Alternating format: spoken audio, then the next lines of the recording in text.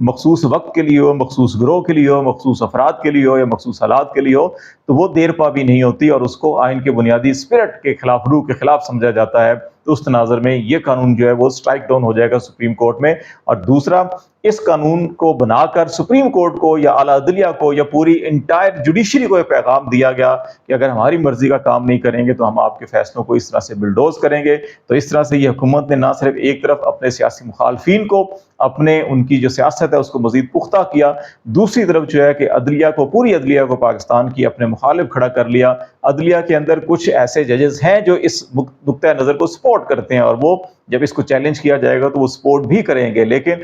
واضح اکثریت جو ہے اس وقت سپریم کورٹ کے اندر بھی اور لوور جوڈیشری کے اندر بھی اور ہائی کورٹس کے اندر بھی جو ہے کہ وہ اس نقطۂ نظر کے حامی نہیں ہے، اور وہ یہ سمجھتے ہیں کہ یہ قانون اور آئین کی منشا کے خلاف اس قسم کی قانون سازی ہوتی ہے، تو اس لیے یہ سٹرائک ڈاؤن ہو جائے گی۔ اور سیاسی حلقوں کا یہ کہنا ہے، پارلیمانی حلقوں کا یہ کہنا ہے کہ حکومت نے بیسیکلی یہ قانون سازی کر کے عدلیہ کے ساتھ بگاڑ لیا، اور پھر عدلیہ سے جو توقع کی جا رہی ہے بہت سے سیاسی معاملات کے اندر یا بہت سے ایسے لیگل قانونی معاملات کے اندر، فوجداری معاملات کے اندر، کہ جہاں پہ حکومت چاہتی ہے کہ ان کو فیور کیا جائے فیصلوں کے اندر، پروسیڈنگز کے اندر، وہ اب مزید کم ہوتی جائے گی۔ تو اس لیے جتنی ان کو عدلیہ سے سپورٹ کم ہوگی، اتنی جلدی اس حکومت کی گھر جانے کی جو ہے کہ وہ وقت زیادہ قریب آ جائے گا، کیونکہ یہ معاملات کے بعد جو ہے کہ اب الیکشن پٹیشن جو 8 فروری کے الیکشن سے متعلق، دھاندلی سے متعلق پٹیشن تھی، وہ بھی اس کے اندر جو ہے شامل ہو سکتی ہے، اور اس کی سماعت بھی جو ہے کہ جلد ہو سکتی ہے۔ جیسے یہ گرمیوں کی چھٹیاں ختم ہوں گی تو اس کے اوپر بھی سماعت ہو سکتی ہے، اور اس کے اندر اگر یہ فیصلہ الیکشن سے متعلق فیصلہ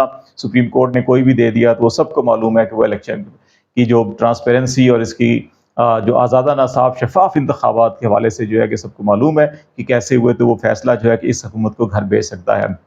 دوسرا معاملہ جو ہے کہ ان سارے حالات کے اندر جو ہے کہ آج پرائم منسٹر نے جو ہے کہ وہ ہنگامی طور کے اوپر آرمی چیف سے ملاقات کی، اور آرمی چیف جو ہے وہ اسلام آباد تشریف لائے اور انہوں نے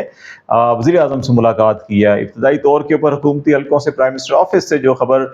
ریلیز کی گئی وہ آفیشیل نہیں کی گئی، ذرائع سے کہا گیا جی کہ وہ آئے تھے، ملاقات ہوئی اور ملک کے موجودہ سیاسی صورتحال، معاشی صورتحال اور جو چیلنجز ہیں اس کے اوپر تبادلہ خیال کیا گیا۔ لیکن اس قانون سازی کے تناظر کے اندر حکومت کو کس قسم کی سپورٹ چاہتی ہے عدلیہ سے، کس قسم کی سپورٹ چاہتی ہے اسٹیبلشمنٹ سے، اور اس وقت جو حالات ہے اس سے نمٹنے کے لیے، الیکشن ٹریبونل کے معاملات کو نمٹنے کے لیے، اور پھر عمران خان کے مقدمات جس طرح بڑی تیزی کے ساتھ خاتمے کے قریب جا رہے ہیں، ان حالات سے نمٹنے کے لیے، اور پھر سوابی کے اندر جو پی ٹی آئی کا جلسہ ہوا اس نے رہی صحیح کسر جو ہے اسٹیبلشمنٹ کے اندر بھی اور جو حکومتی حلقے ہیں ان کے اندر بھی جو ہے کہ وہ ان کی امیدوں پہ بالکل پانی پھیر دیا کہ کوئی توقع نہیں کر رہا تھا حکومتی حلقوں کے اندر کہ جتنا کریک ڈاؤن کیا گیا، جو ماحول بنایا گیا کہ اتنی بڑی تعداد جو ہے کہ اس جلسے کے اندر آئے گی۔ لیکن جو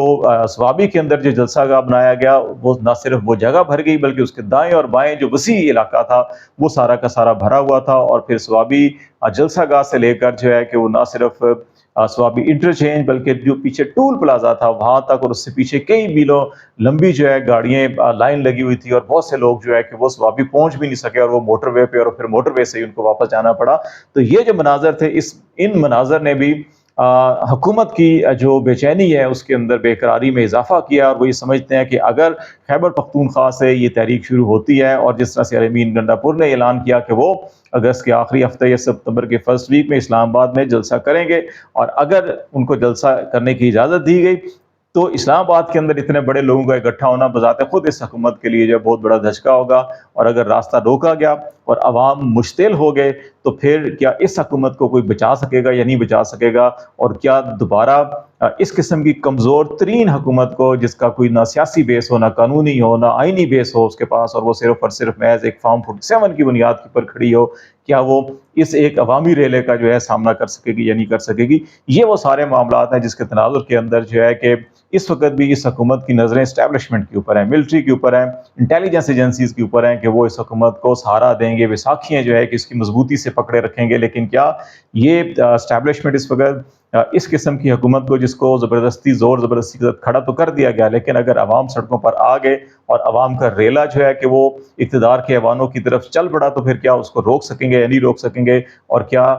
بنگلہ دیش کی افواج نے اپنے عوام کے اوپر گولی نہیں چلائی تو کیا ہمارے ملک کے اندر جو ہے فورسز کیا وہ اتنی جرت کریں گے کہ اپنے ہی عوام کے اوپر جو ہے کہ محض اس لیے کہ وہ ایک پولیٹیکل موومنٹ کے طور کے اوپر اگر کسی شہر کی طرف آتے ہیں، دارالحکومت کی طرف آتے ہیں، تو ان کے اوپر گولیاں چلائیں گے یا نہیں چلائیں گے. تو یہ وہ سارے چیلنجز ہیں جو اس وقت حکومت جو ہے کہ اس پہ غور کر رہی ہے. اور ان تمام حالات کے اندر آصف علی زرداری جو ہے پیپلز پارٹی کے سربراہ ہیں، وہ اقتدار بھی انجوائے کر رہے ہیں، وہ بے چینی جو ہے حکومت کی، نون لیگ کی جو اس وقت پریشانی اور بے بسی ہے اس کو بھی انجوائے کر رہے ہیں. اور وہ یہ نظر لگا کے بیٹھے ہیں کہ پنجاب میں پی ٹی آئی اگر مضبوط جماعت بن کے ابھرتی ہے تو کم از کم وہ جو نون لیگ کی وجہ سے، اس کی خراب سیاسی پالیسیوں کی وجہ سے، اقتصادی پالیسیوں کی وجہ سے جو وہاں پہ اسپیس بن رہی ہے، تو کیا وہاں پر پیپلز پارٹی جگہ بنا سکے گی یا نہیں بنا سکے گی. ایک چیز یہ. اور دوسرا معاملہ کہ اگر ملک کے اندر کوئی ایمرجنسی لگانے کا سوچتا ہے، ملک کے اندر کوئی ایمرجنسی پلس لگانے کی سوچتا ہے، اگر حکومت ایڈوائس اس قسم کی کو دیتی ہے تو کیا صدر زرداری جو ہے کہ اس کو ایکسیپٹ کریں گے اور اس کو صدارتی حکم نامے کے ذریعے ایمرجنسی لگائیں گے یا نہیں لگائیں گے. یہ بڑا اہم سوال ہے. اور پھر ان تمام حالات کے اندر اس وقت جتنے بھی آئینی وہ ایمرجنسی سے متعلق، خواہ وہ معاشی ایمرجنسی ہو، خواہ وہ سیاسی ایمرجنسی ہو، خواہ وہ سیکورٹی ایمرجنسی ہو، تمام کے تمام معاملات جو ہیں کہ ایوان صدر جا کے رکتے ہیں. تو اس لیے صدر زرداری کا کردار جو ہے کہ بڑا اہم اس وقت ہو گیا. اور اس وقت نون لیگ جو ہے کہ ساری امیدیں صدر زرداری سے یا اسٹیبلشمنٹ سے لگا کے بیٹھی ہوئی ہے. لیکن یہ ساری صورتحال ایک طرف، لیکن ابھی حکومت جو ہے کہ وہ سپریم کورٹ کے اندر جو ہے ڈاک ججز جتنے مطلوبہ تعداد میں لگانا چاہتے تھے وہ لگانے میں کامیاب نہیں ہوئے. اور دوسری طرف جو ہے کہ ابھی اس وقت جو پریکٹس اینڈ پروسیجر ایکٹ ہے اس کے تحت سارے کے سارے معاملات اس 3 رکنی کمیٹی کے پاس ہیں. قاضی فائز صاحب اس 3 رکنی کمیٹی میں اقلیتی رائے رکھتے ہیں. ہر معاملے کے اندر وہ حکومت کو سپورٹ کرنا چاہتے ہیں، لیکن جسٹس منصور علی شاہ اور جسٹس منیب اختر کی رائے ان سے مختلف ہے. وہ آئین اور قانون کو دیکھ کر اس کے مطابق فیصلے کرتے ہیں، وہ حکومت کی خواہش اور منشا کو دیکھ کر فیصلے نہیں کرتے. یہی وجہ ہے کہ اب حکومتی حلقوں کے اندر یہ مشاورت بھی چل رہی ہے کہ کون سے ایسے طریقے اپنائے جا سکتے ہیں، کیا ایسا کام کیا جا سکتا ہے کہ قاضی فائز صاحب اگر ہم 2/3 میجارٹی نہیں لیتے اور ہم آئین کے اندر ترمیم نہیں کر سکتے، قاضی صاحب کے آئینی مدت میں اضافہ نہیں کر سکتے، تو پھر ہم قاضی فائز صاحب کے بعد جو ہے کہ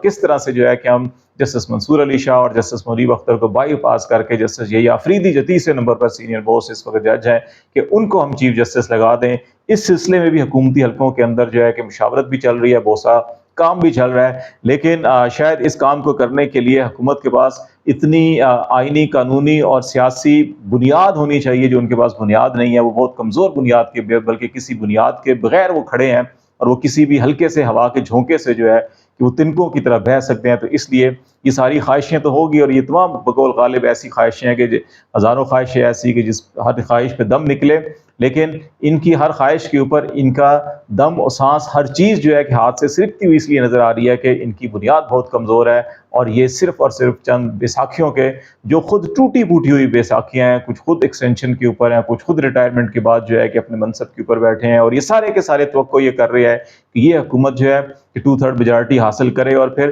ان کے جو اس وقت جو ہے کہ آخری لمحات ہیں اپنی ملازمت کے، کہ ان کو بھی ایکسٹینشنز مل جائیں اور پھر یہ سارے مل کر 3 سے 5 سال مزید اقتدار کے اندر رہیں. لیکن زمینی حقائق اس کے برعکس ہیں، اور یہ دکھائی نہیں دیتا کہ ایسے سارے پلان ان کے کوئی کامیاب ہوں. تو لیٹس سی جو بھی ڈیولپمنٹ ہوگی آپ کو آگاہ کرتے رہیں گے. آج تک کے لیے اتنا ہی. خالد جمیل کو اجازت دیجیے. اللہ حافظ.